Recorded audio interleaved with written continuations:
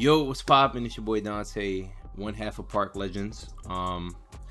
Giving you guys a quick pick and pop to also update you guys too. We've been going for some time. A lot of scheduling things, a lot of things on my behalf and Darius' behalf has been popping up. So we definitely trying to get this scheduling correct. We're still in the beginning phases of this Park Legends pod and podcasting in totality, but we gonna make it come back around. And no, this isn't over. It's far from over. So just to clear that out there. But this is a quick pick and pop, and obviously you guys already know what it is probably about. Got game 2 pretty much over with. Golden State with a dominant performance. But let's just go ahead and recap first game of game 1 and today's game 2. So without further ado, let's get straight to it. Game one. Very, very, very, very, very interesting game. I think a lot of us didn't expect that outcome in that fourth quarter.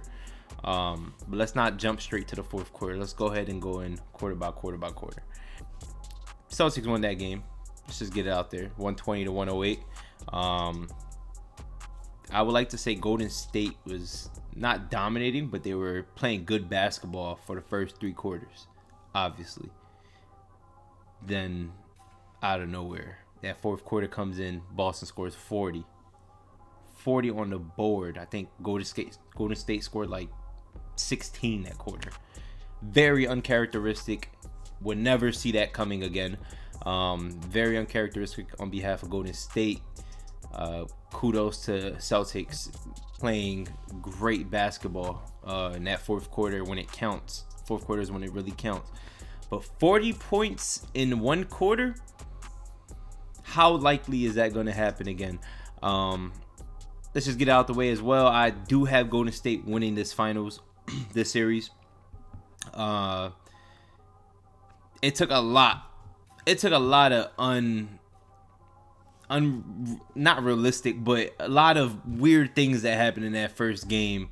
Al Horford, your leading scorer, going 6 for 8 from 3-point range. Jason Tatum, I think, scoring like 12 points that game. If Al Horford has to shoot perfect basically from 3-point range, I don't see that outcome ever happening again. And if Golden State only scores 16 points in the fourth quarter and Celtics score 40 points every fourth quarter, or I don't see that ever happening again. I thought game 1 was going to go to Golden State. It looked like that way for almost the first 3 quarters, and then all of a sudden that abysmal fourth quarter happens. It was bad. I think Jaylen Brown was the second leading scorer in that team with 24. But Tatum had 12. You're not gonna win games. You're not getting Tatum scoring 12 points and Al Horford coming in as a leading scorer and winning. You're not winning games. If Tatum is scoring 12 points in every game and you have to rely on that other person to come in and score, you're not winning. Celtics aren't gonna win games. Simple to plain. I think the Celtics, they have to get it together. And also, just looking at today's game 2, there was a lot of mistakes on the Celtics' behalf that got to get cleaned up if they even want a chance at winning this finals. This is Golden State. We know what Golden State is capable of. The resume speaks for itself. 3 championships. It speaks for itself. Like you can't knock that. That's championship DNA. But when it comes to being a young team in the Celtics, and this is being their first time, and they coming off of game 1, which was, you would think momentum is all in their favor. Then we go into game 2. But let's not go ahead and sidetrack from game 1. Curry had 34 points that game. Klay Thompson had 15.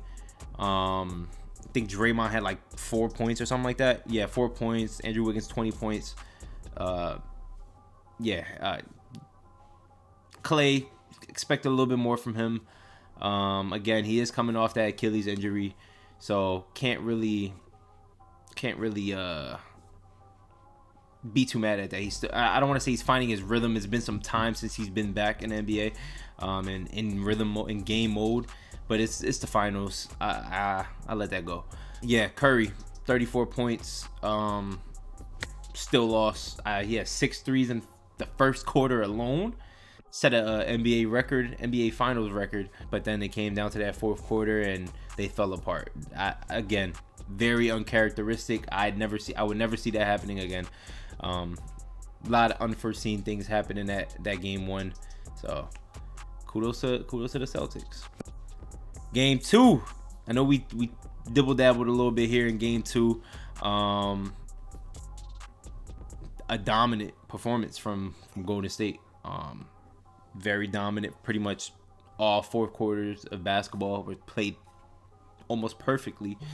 Aside from a little things here and there that I've seen. Klay Thompson, 11 points. 4 of 19. Not gonna get it done. That's relying on Jordan Poole. That's relying on Steph Curry, Andrew Wiggins. But that's the thing when it comes to this team, they can rely on people like that. They can rely on their bench a little bit with Jordan Poole. They can rely on defense like that. Right, defense won them this game. Aside from Curry's almost 30-point game, 29-point game, defense, that tedious defense that they played today was very, very, very, very key in this win. Had Boston taking terrible shots. I don't know what kind of shots thought they were taking, but they were taking terrible shots. Credit to Golden State's defense for not allowing them to get an open and easy look.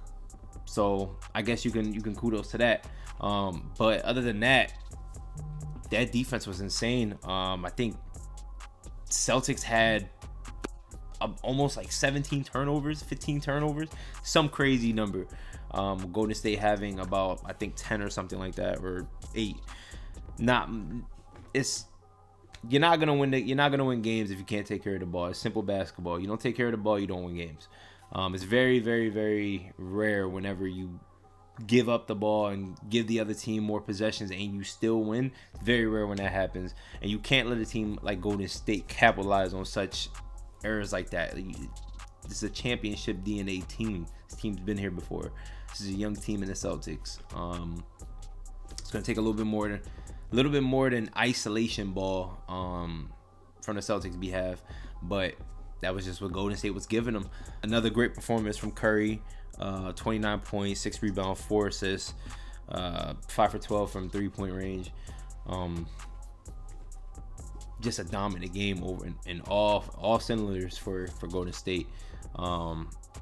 Now that was 2 games at home for Golden State. They lost 1, they split even, 1-1 basically. Now they go to Boston.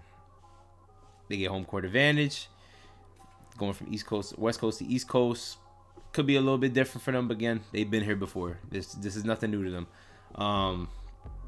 Do I see them pulling it off and winning both games at Boston? Yes, I do. I just think after game 1, if you put aside the fourth quarter and Golden State doesn't play that abysmal of a quarter of basketball, I did see them winning that game, but obviously, the events that took place, they obviously didn't win.